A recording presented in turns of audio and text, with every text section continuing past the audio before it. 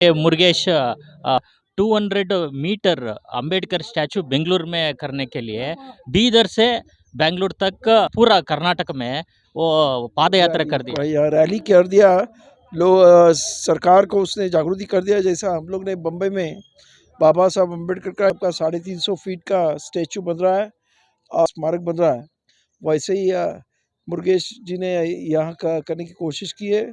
मैं चाहता हूँ कि यहाँ की सरकार ऐसा करना चाहिए। बाबा साहब अम्बेडकर का सही मायने में आदर्श है और बाबा साहब अम्बेडकर को अगर मानते होंगे तो उन्होंने करना चाहिए।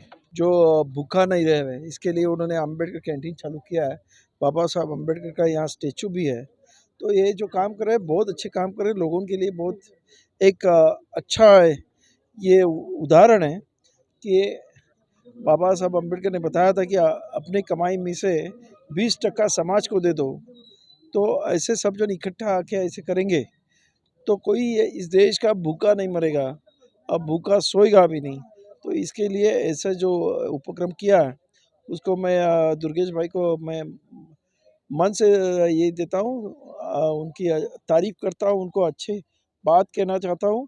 और मुर्गेश जी बहुत अच्छा काम करे अम्बेडकर मूवमेंट के लिए, और इसीलिए साउथ में उनको प्रचार कमेटी के अध्यक्ष ರೀಪುಲೇಸರ के ಅಂಬೇಡ್ಕರ್ ಅವರ ಮೊಮ್ಮಗ ಈ ವಿಜಯನಗರ ಗ್ರಾಮಕ್ಕೆ ಬಂದಿದ್ದಾರಂತೆ. ರಿಪಬ್ಲಿಕನ್ ಸೇನೆಯ ಒಂದು ಸೌತ್ ಇಂಡಿಯಾ ಪ್ರಚಾರ ಸಮಿತಿ ಅಧ್ಯಕ್ಷರನ್ನಾಗಿ ನನ್ನ ಆಯ್ಕೆ ಮಾಡಿದ್ದಾರೆ ಅಂತೇಳಿ ನಾನು ವೈಟ್ಫೀಲ್ಡ್ ಮುರುಗೇಶ್ ಅಂತ ಏನೋ ಭೀಮಪ್ರದಾ ಸಂಘ ಅಂತ ಹೇಳ್ಕೊಂಡು ಮಾಡ್ಕೊಂಡಿದ್ದವನ್ನ ಇವತ್ತು ಪ್ರಚಾರ ಸಮಿತಿ ಅಧ್ಯಕ್ಷರನ್ನಾಗಿ ಮಾಡಿದ್ದಾರೆ ಅಂತೇಳಿ ನನಗೆ ತುಂಬ ಸಂತೋಷ ಆಗ್ತದೆ.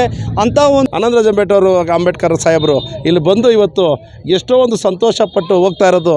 ಈ ವಿಜಯನಗರದ ಜನ ಏನು ಪುಣ್ಯ ಮಾಡಿದರು. ಆ ಕುಡಿ ನಾವಂತೂ ಬಾಬಾ ಸಾಹೇಬ್ ಅಂಬೇಡ್ಕರ್ನ ನೋಡಿಲ್ಲ.